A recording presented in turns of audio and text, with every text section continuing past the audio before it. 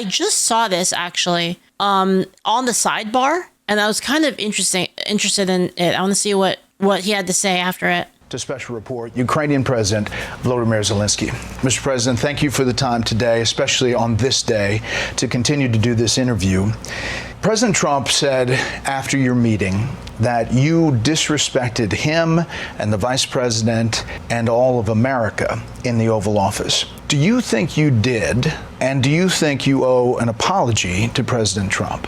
Thank you so much. First of all, thank you for the invitation for this dialogue, and good evening, your country, to all Americans. I'm very thankful to Americans for all your support. You did a lot. I think he knows he fucked up optically. So like, even if like you think that the things that he said are right, and again, like I agree with a lot of the stuff that he did say. Optically, it was a very bad idea. It was not good diplomatically. I'm thankful to President Trump and to Congress bipartisan support, and I was always very thankful from all our people. You helped us a lot from the very beginning during 3 years of full-scale invasion. You helped us to survive. Zelensky still cursed at Trump in Ukrainian. Do you have that? Do you guys have that? Because I didn't see it. Is there like a video of it or something like that? Like I didn't see it. It was technically at J.D. Okay. And always very thankful. I'll take a look. I'll try to find it after. Our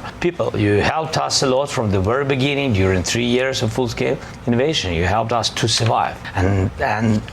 Anyway, we are strategic partners, and even in such tough dialogue, and I think we have to be very honest, and we have to be very direct to understand each other, because it's for us very necessary to President Trump, and I'm with all respect that he wants to finish this war, but nobody wants to finish more than we, because we in Ukraine, we are in this war, we are in this battle for freedom for our lives. So I'm just telling that I think that we have to be on the same side, and I hope that the president on our side together with us, and that is very important to stop Putin. And I heard from President Trump a lot of times that he will stop the war, and I hope he will, and we need to pressure him with Europe, with all the partners. And I think this dialogue had to be a little bit earlier to understand where we are. Like, I don't remember exactly, but like President Reagan said, that peace is not just an absence. Hey guys, Ronald Reagan. You can't be mad at me now because I said Ronald Reagan. The war. Yes, we're speaking about just and lasting peace, about freedom, about justice, about human rights. And that's why I said... It's like, we're very mad at you right now, Zelensky. Oh yeah, Ronald Reagan. Oh, okay. Like... Fucking all the Republicans. Did he say Reagan?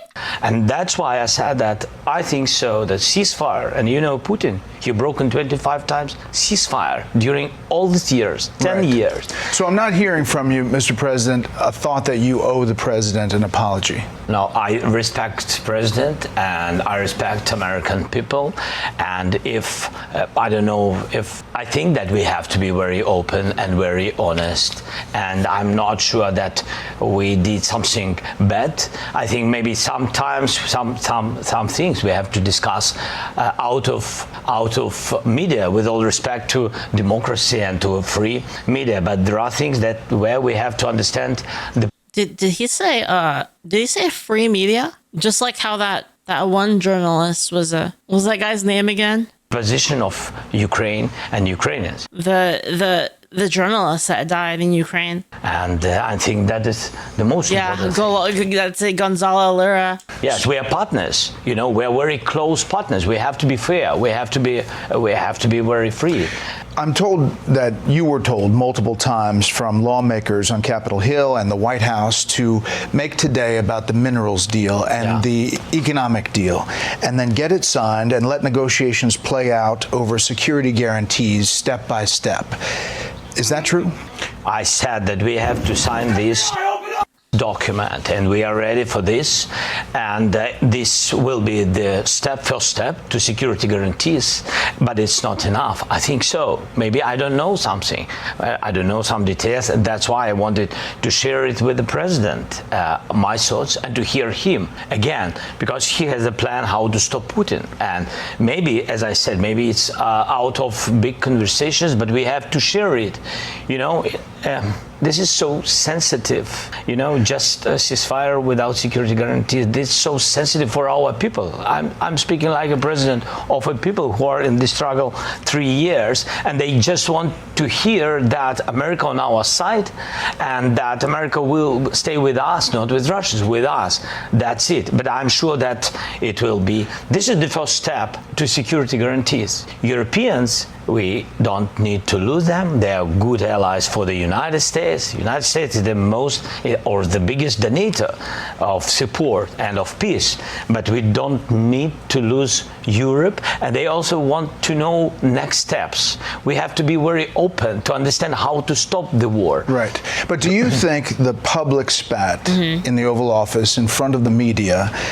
I mean, again, he's not wrong. Listen, the way that he optically handled things could be wrong. That's separate from whether or not what he's saying is wrong. And it is true that if there's no guarantees of like a peace agreement that is not going to be upheld is basically useless. It's basically them alleviating pressure alleviating pressure from the situation, giving Russia time to recoup and do it again. So it's not wrong. Served Ukrainians well today. I think this kind of spat is. I mean, even if you trust him, it's not wrong. Right? I don't have to. Dragon Star says I don't trust him. I don't have to trust him to know to believe that what he's saying is true here. Has nothing to do with him really. It just makes sense. If you think about it. Like let me just give you an example. If you were playing Civ. If you're playing Civ and then you're playing multiplayer like PvP Civ, and the person said, and they took like a certain square. You went to war with them, and it was like, oh, okay, I just want that one square. I promise you, I'm not going to take any more squares. That's it. That's the only hex I want. I'm not going to take any more hexes. You cut the war, and then they move all of their troops up, and then they take another hex. Where is the guarantee that you're not going to do it again if you do another peace agreement with them? Or if it's just going to be them able to consolidate their forces and then push up again into the next hex. That isn't what happened with Ukraine, says Spartans. And it'd be really nice to actually look into the full history of the individual stuff that happened to lead up to this conflict. Russia already took a bunch of their territory and then was like, oh, we're not going to do it again. And then it happened again, right? And I guess you could say that from Russia's point of view, again, looking at it from Russia's side, they're concerned about the NATO expansion. So it's kind of both sides, right? So regardless of what's happening, you have to have an agreement between both of them, and you have to have a way to enforce that agreement on both sides.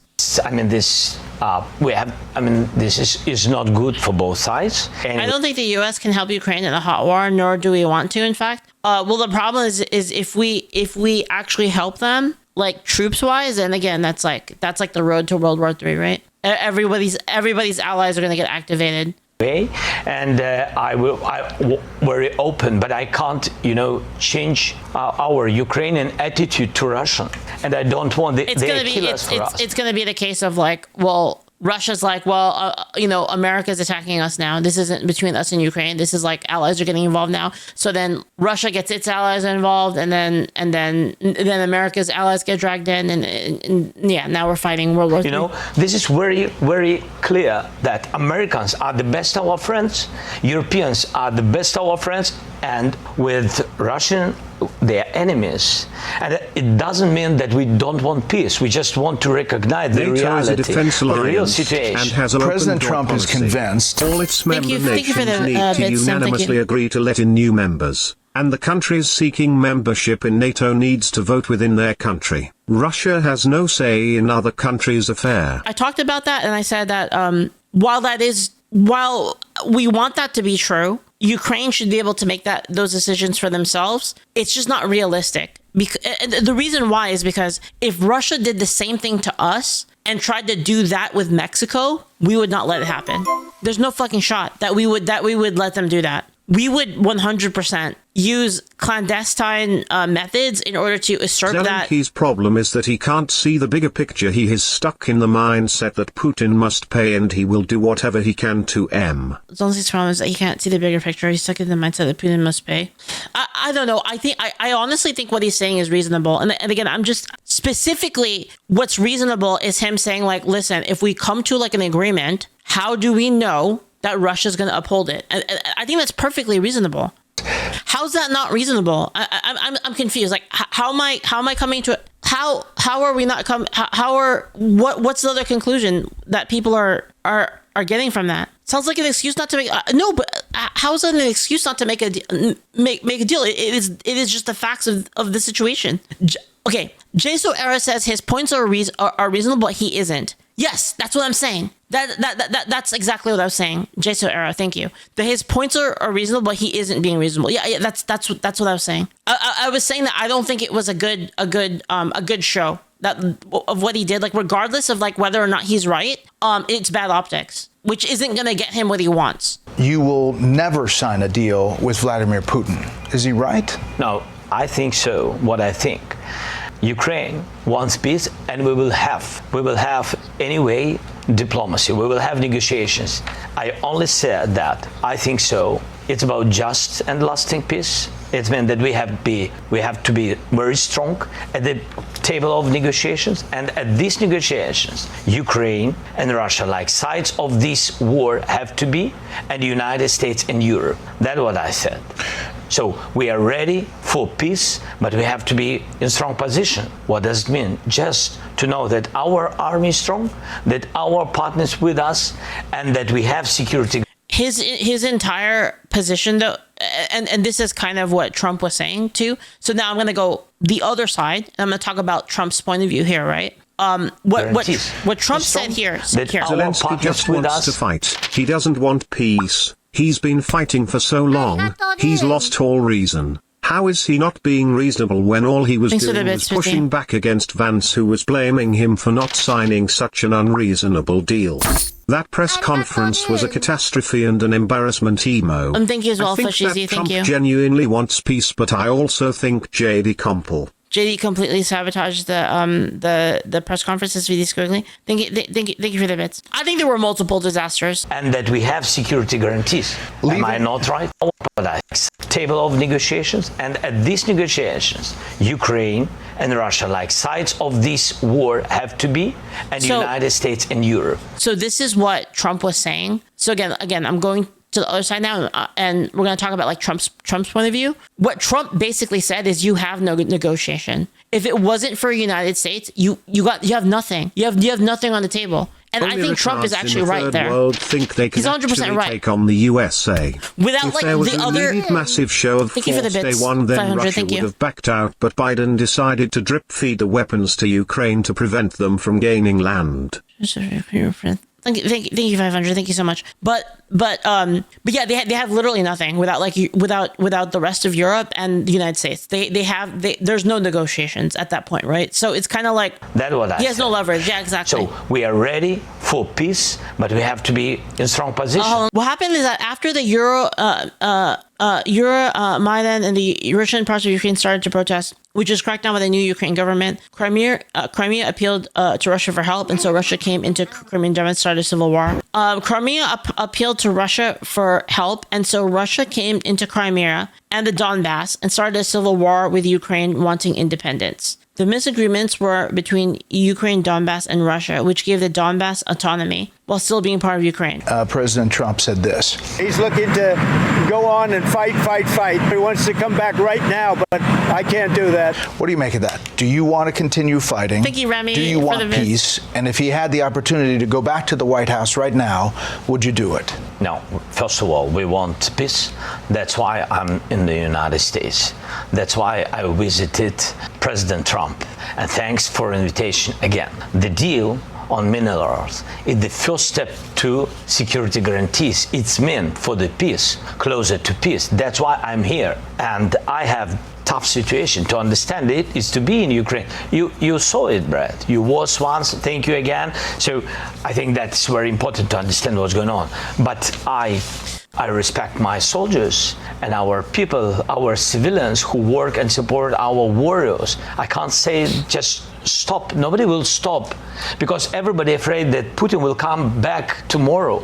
We want just and lasting peace. It's true. We want security guarantees. We raise this topic about NATO the quickest way, but not all the countries are on this side. I said, okay, if not NATO, nobody is pushing. If not NATO, let's build NATO in Ukraine. That's my position. Europeans are ready to have contingents on our territory, boots on the ground.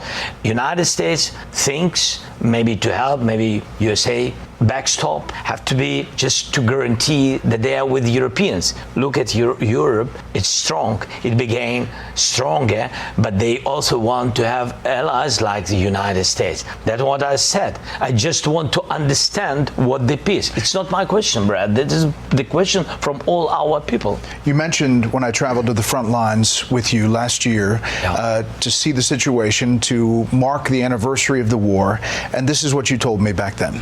Will Ukrainians survive without Congress support? Of course, but not all of us. It will be a tragedy for all of us, not only for Ukraine, not only for Ukrainians, for all Europe. Yeah. So the question today is, can Ukraine win this war or hold off Russia without continued U.S. support? It will be difficult for us. That's why I'm here. That's why we speak about the future negotiations. It will be difficult without your support, but we can't lose our values, our people. We can't lose our freedom. So a lot of people, Russians came to our territory, you know it. Russians came to our houses, and everybody saw it. I'm not gonna lie, guys. I'm kind of surprised that Russia hasn't gotten this guy yet, because they're fucking crazy. Like their like intelligence shit is like crazy. Their ability to freaking isekai people is wild, and it's surprising. The images, a lot of things.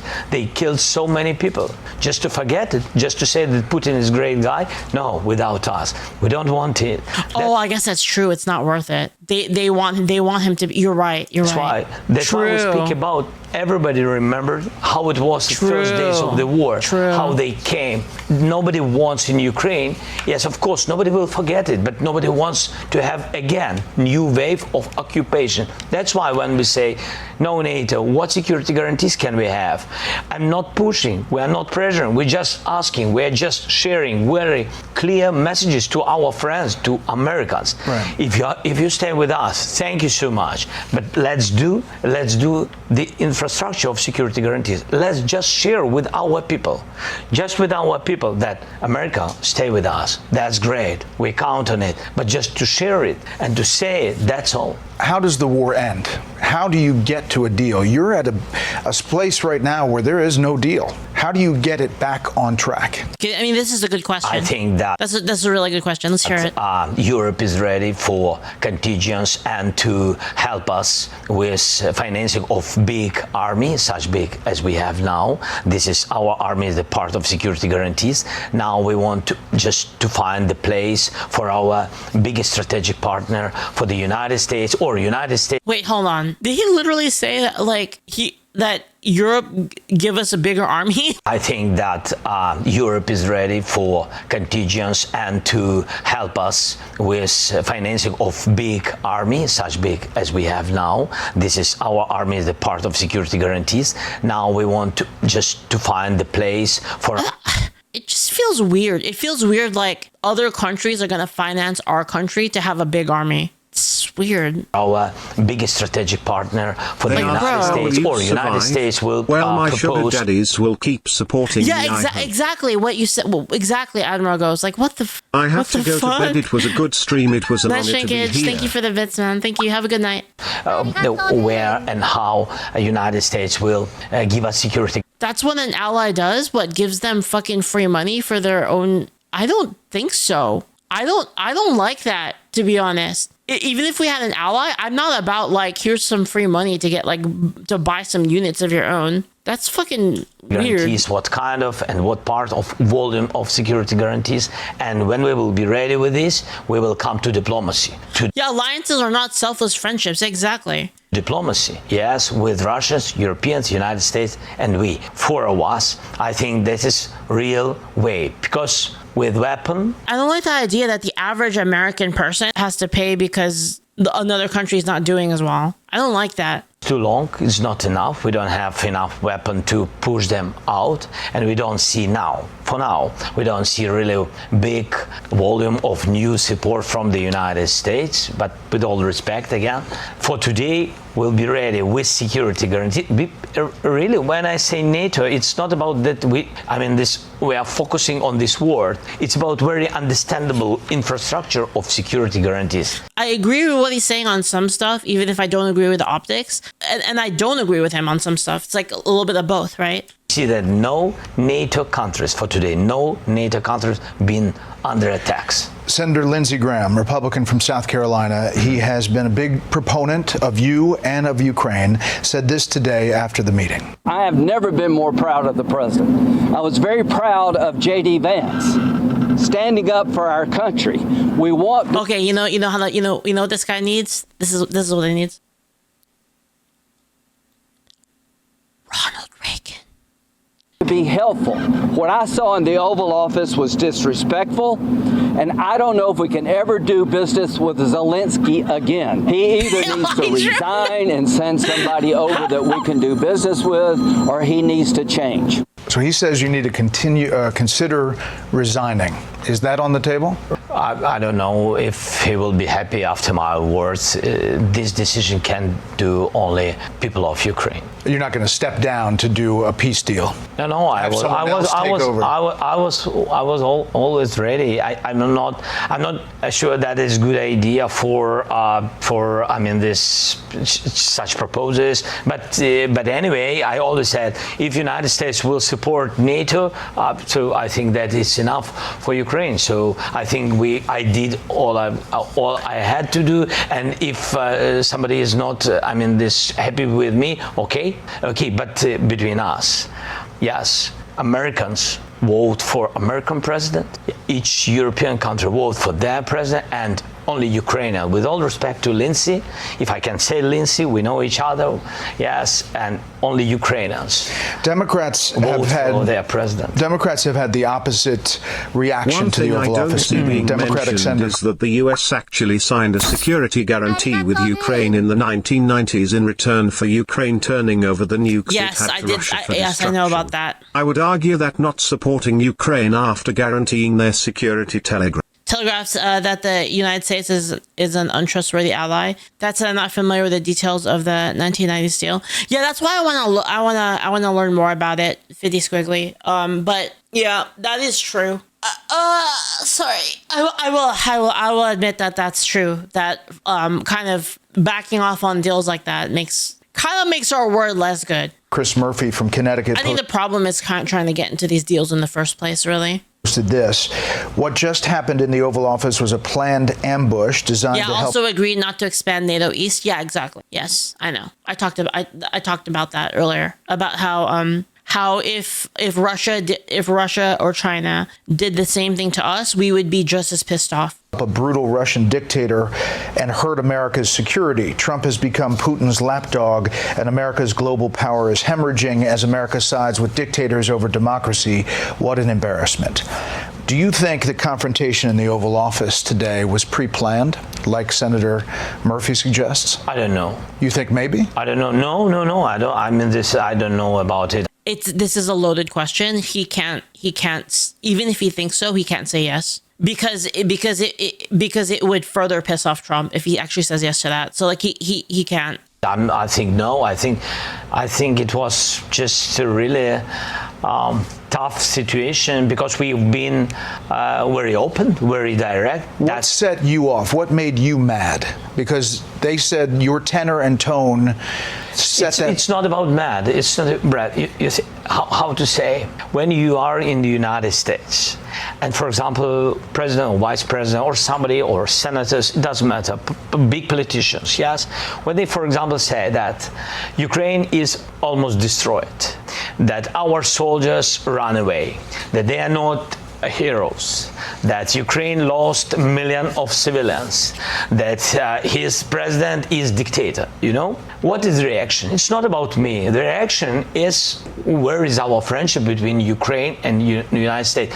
That's it. This is feeling, and that's why I do not want to lose our great partners at the United States. And I just said that it's not the first time. I said it by phone, and we had some other conversations, and we had in Munich meetings, and I said, please, correct, I want to be very polite. I mean this, be correct with this number. When you say about the number, each person is important. When you say about 1 million of losses, we don't have any million of losses. When you speak about the territories, maybe some territories and etc., it's not just territory, it's houses, it's people's lives, their fathers, mother, their relatives, grandfather, they died or during this war. Nobody wants to forgive Putin. It's not funny, or fairy tale. This is real life. That's right. What I said. And when you said it, a lot of times to my big friends who've been here today in our dialogue, and then they again begin to repeat the same things, I think it's not. That's why I said it's not good way between partners, good partners and friends. And I think that if journalists asking questions to president, with all respect to vice president, he has his interview. Mr. President, shouldn't this dynamic, if you're going to be like this, be behind closed doors? Of course. So do you regret that? Are you regretting that happened today? I think that was. Yes, I think it was not good. Oh, there you have it. I think that's true. I think it was a bad idea, and he's saying it's a bad idea too. I think it was not good. We had a lot of different dialogues. I'm always open to media. There are very sensitive things. I just want our partners to understand the situation correctly, and I want to understand everything correctly. That's about us. Not to lose our friendship. A couple more things. What are the next steps in your mind? Here we are today. Yeah. What are the next steps? I think so. United States wanted this deal very much, and we've been not against this deal, but we wanted to understand what part in security guarantees will take this deal and what next steps. Just again to understand. I think trying to understand kind of what Trump was saying earlier is what choice does he have? I think that's what Trump was saying. Is he was saying listen, you're fucked. You don't have a choice, basically. You need to stop acting like this is something that we absolutely want, because we're already giving you money. So it's he's saying you should give us some stuff too, because we're our citizens are paying the money for your shit. And he's telling him that's what Trump was saying earlier. He's saying you should show a little bit of gratitude instead of acting like this is some kind of some kind of toka-kokan, right? Because it's not. For our people during the war, what you don't like. Sorry. When that's what they say in Full Metal Alchemist. They say equal exchange. That's toka-kokan, sorry. Even sometimes hate, surprises. It's understandable. Many terrible things this war brought to us. So I think in anime and video games. We don't want any surprises. Yes, that's why we want to be very fair with our partners. And I think this deal, it was prepared by teams. It was not simple during weeks. And now it's ready. I think that they have to sign. The countries have to sign. The ministers have to sign. That's it. I don't know when they will do it. It depends on the American side. So exactly. The minerals deal did not have security guarantees listed in it. It's a part. The security guarantees? This is the part in the infrastructure of security guarantees. Because, for example, President Trump shared that I think so that if we will be there in some productions and etc. in minerals, that Putin will never come on this territory where we are. And I said to him, don't trust Putin. Why? I said, because it's not we respect and we believe in strongness of the United States. But I said to him that we had more than 20 companies, American companies, big companies on the territory of Ukraine. And we had offices, even on temporary occupied territories. For Putin, it doesn't matter. It's American, European company or Ukraine, it doesn't matter. He just came and occupied it. That's what I said. I think this is a great idea, how to strengthen Ukraine and how to make business between two countries, how to make additional jobs for two countries. Alternatively, I think Zelensky is saying if we sign the minerals deal without security guarantees, then we are fucked anyway, so why would we? If you want us to sign away our mineral rights, we need security guarantees. Well, at the same time, 50 Squiggly, thinking about it that way. Thank you for the bits, by the way. But thinking of it that way, if we do, I think it kind of is hand in hand, because if they sign away mineral rights, then those mineral rights would have to be protected, right? Because then America has an interest in actually protecting Ukraine, rather than has an actual financial interest in protecting Ukraine. I read what the Democratic senator said, that Trump has become Putin's lapdog. Trade is the best way to make it harder for people, for wars to happen. For instance, other countries that are invested in America are less willing to attack America and start wars and conflicts with America because they have financial interests. So if we create situations in which there's more financial interest between countries, it naturally is a damper to hot conflict. You agree with that President Trump is too close to Vladimir Putin in your mind? We spoke about it, and I think today very openly President Trump, he said that I want to be in the middle, otherwise I will not put these guys at the table. And is he right? I want to be very honest, I want really him to be more at our side. I will explain why. It's also easier to justify it to the American people, right? Because if you talk to the guys, and this is just the truth, if you ask the average American person, they don't give a fuck about Ukraine. That's just the truth. Like, the average person in America has their own problems to deal with. The way that the economy is fucked up, and how much food costs, and people have their own problems. You know, we have the border issue, and illegal immigrants, fentanyl. There's so many issues that Americans have that Ukraine is honestly, it's so far. Do you believe that currently this war on Ukraine is going to end up being another North/South Korea, another Vietnam? I don't know about that. So thank you for the bets. Sorry, it's a whole different thing I'd have to talk about. Basically, and I know people in Ukraine, it would probably upset them. Ukraine is so far away from America that people in America are concerned with their everyday lives and the things that bother them. And Ukraine, even if the things that are happening in Ukraine are awful, I've seen a lot of the footage, I know it's awful. You have to be able to justify to the American people why their monies, when they're already having their own problems, right? The average American person has their own problems to deal with. Why are they taking my money away and giving it to another country? You have to be able to justify that. The mineral deal makes it sound more like it's a mutual thing, even just optically, right? Even if it's not true, even if the mineral thing is a net negative for America compared to again, the support, even if the minerals don't actually cover for the amount of support, it's at least optically better than, we're just giving money to Ukraine. I know. There's a lot of legals. I know things are rough. I know the prices of food are up. I know that, I know the pricing of everything's more expensive. I know, but we're going to give your money to Ukraine anyway. It's a lot harder. It's a lot easier to swallow if you're they're also giving us some minerals that we need. It's not just that the war began somewhere. Or dumb lefties trying to be the better person. Well, you're trying to be a better person off of other people's money. You're trying to be a better person while forcing everybody else to partake in whatever it is that whatever your crusade is.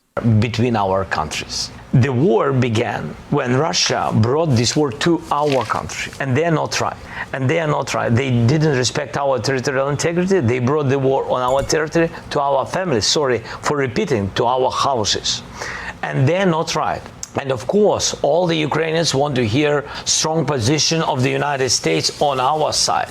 From one side, it's understandable. From another side, he wants to find some way of dialogue with Putin. But he always said, as I remember, he always said that peace through strength. And that's why I think that he's strong, United States strong, two parties together in this question, two parties always together against Russia. You're very strong to do strong steps. He's glazing.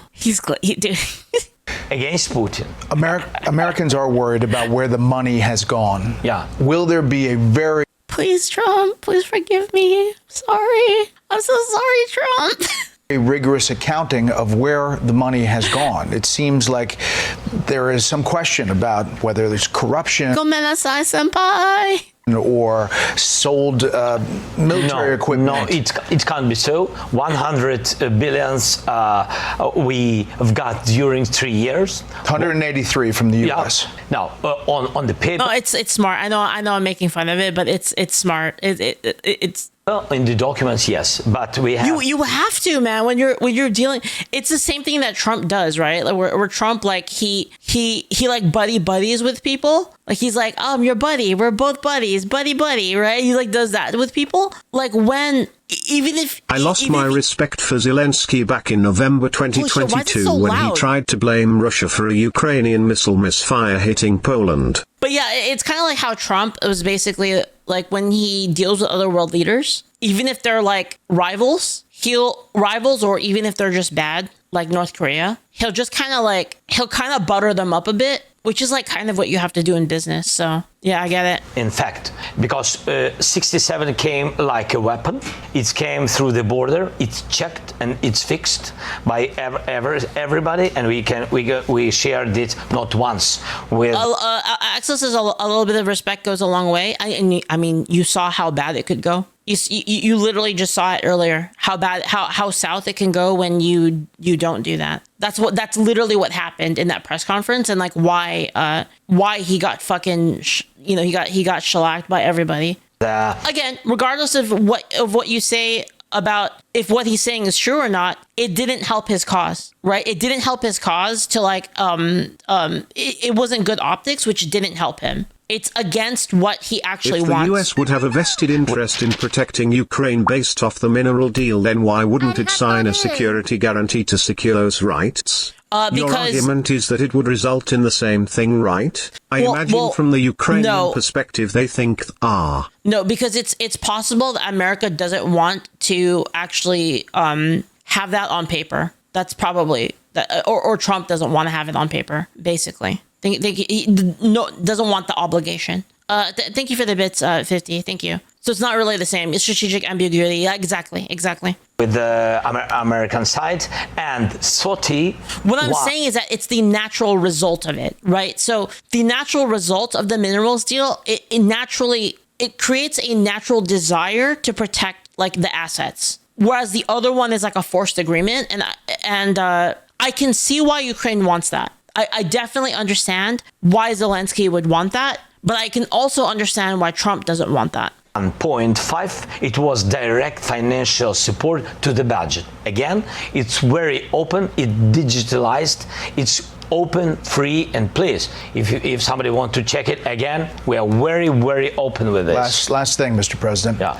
Do you think your relationship with Donald Trump, President Trump, after today, can be salvaged? Can be. Hey, Methylene. Yes, of course, because it's relations more than exactly. From the Ukrainian point of view, that's a non-starter because it means the US would abandon them the moment they think the minerals aren't worth the cost of defending Ukraine, much like how we abandoned the security agreement after they'd denuclearized. Yeah, but I think basically what, again, thanks to regardless of whether or not it feels good, Trump's basically saying, what option do you have, man? Yeah, basically, like, what choice does he have? Leaf Zelensky is an idiot and didn't understand the nuance of what Trump was trying to do. What cards does he have to play? What can he possibly say? Trump can just be like, fuck it, I'm not helping you anymore. What's Zelensky going to do about it? People, from our people. And this is the most important. Thanks for the prime, John Daring. And again, I'm not saying I agree with that. I'm saying that's the reality of the situation. I'm not saying that's what I want to happen, but what I'm saying is that's the reality of, like, again, of the situation. And of course, thankful to President and of course to Congress, but first of all to your people. Your people help to save our people. The first, human rights, the first. This is very, very important. And we are thankful and sorry for this. I mean, we wanted very much to have only strong relations, and I'm very calm that we will have it. Mr. President, we're honored that you kept this interview. Thank you very much for the time. Thank you so much. I think he did a better job here, and he did kind of like sort of try to patch things up. Like, I mean, hopefully they do. I do want the war over there to end, so we're not spending money anymore. I don't like spending money over there on it, like, honestly. And I know there's arguments that, like, oh, it's good for America because fuck Russia. Like, I actually don't like that argument. I had a lot of time to think about it, and I think it's kind of a sadistic argument, to be honest.